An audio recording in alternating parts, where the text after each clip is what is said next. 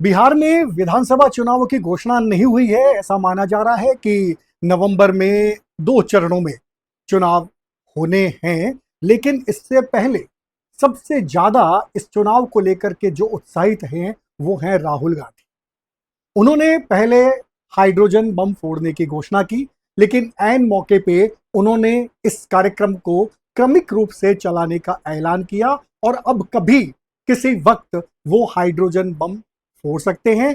कहा जा सकता है कि वोट चोर गद्दी छोड़ वाला जो उनका अभियान है वो लगातार जारी रहना है। लेकिन इस बीच एक और रणनीति की तरफ जहां राहुल गांधी इशारा कर रहे हैं वो है कि बिहार में चाहे सरकार बने या ना बने, लेकिन कांग्रेस को बचाना जरूरी है।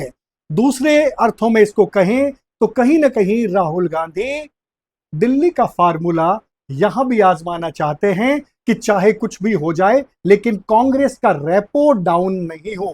कांग्रेस भले ही विधानसभा चुनाव नहीं जीत पाए, लेकिन लोकसभा चुनाव के लिए इतनी तैयारी कर ले कि फिर कांग्रेस का कोई विकल्प सामने नहीं दिखे। दिल्ली के चुनाव में हमने देखा था आम आदमी पार्टी जो हारी, उसका डिफरेंस भारतीय जनता पार्टी के कैंडिडेट के साथ कितना था, उतना ही जितना कांग्रेस के कैंडिडेट ने वोट लिए। तो कहीं ना कहीं ऐसा लग रहा है कि बिहार में भी कोई ऐसी ही रणनीति तो कहीं राहुल गांधी आजमाइश में करना नहीं चाह रहे हैं क्योंकि पिछला भी अगर हम देखें राहुल गांधी या कांग्रेस, हम कांग्रेस की बात करते हैं तो 2015 में कांग्रेस 41 सीटों पर, कुल मिलाकर के 41 सीटों पे उसने चुनाव लड़ा था। बिहार में आज की डेट में 243 सीटें हैं, उनमें से 41 सीटों पे चुनाव लड़ा और 27 पे जीती।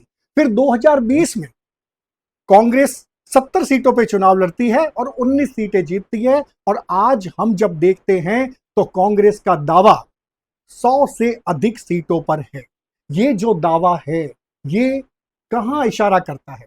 कहीं ये तो बात नहीं है कि तेजस्वी यादव, कहें तो आरजेडी और उसके बाद में जो वाम दल है उनका भी महागठबंधन पे बड़ा प्रभाव है, उनके बीच से 100 सीटें राहुल गांधी खुद के लिए चाह रहे हैं, कम से कम 100 सीटें चाह रहे हैं। तो इसका आशय रणनीतिक भी हो सकता है, राजनीतिक भी हो सकता है। हालांकि ये बात बहुत क्लियर है कि अकेली कांग्रेस या कि भाजपा, भारतीय जनता पार्टी भी बिहार में अकेले चुनाव नहीं जीत सकती, तो कांग्रेस भी चुनाव नहीं जीत सकती।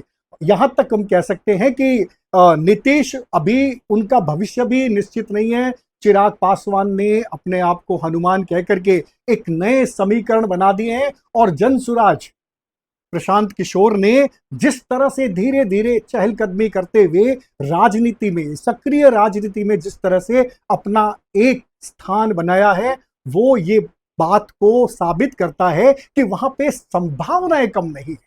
हाँ, ये जरूर है कि दोनों पार्टियां, दोनों बड़ी पार्टियां अकेले दम पर चुनाव नहीं लड़ सकती है, लेकिन कहीं ना कहीं वोटों में सेंधमारी हो सकती है। और ऐसा करने पर जिस तरह के हालात बनेंगे, राहुल गांधी जब 100 सीटें चाहेंगे, उन्हें 100 सीटें देने में लालू यादव मानेंगे या नहीं मानेंगे, ये भी बहुत बड़ी बात है। और इस बड़ी बात ये है कि आखिर राहुल और तेजस्वी की केमिस्ट्री जो है वो कब तक होगी। जब तक इन दोनों की केमिस्ट्री है, महागठबंधन है। पिछले दिनों महागठबंधन की एक बैठक थी, लेकिन ऐन मौके पे वो टल गई। तो अब अपने को यह देखना है कि राहुल गांधी कितना इंटरेस्ट दिखाते हैं कि महागठबंधन रहे या कि नहीं रहे। लेकिन एक बात बहुत साफ साफ नजर आ रही है कि राहुल गांधी दिल्ली का फार्मूला फिर से बिहार में लागू करना चाहते हैं। खबर है खिलाफत में।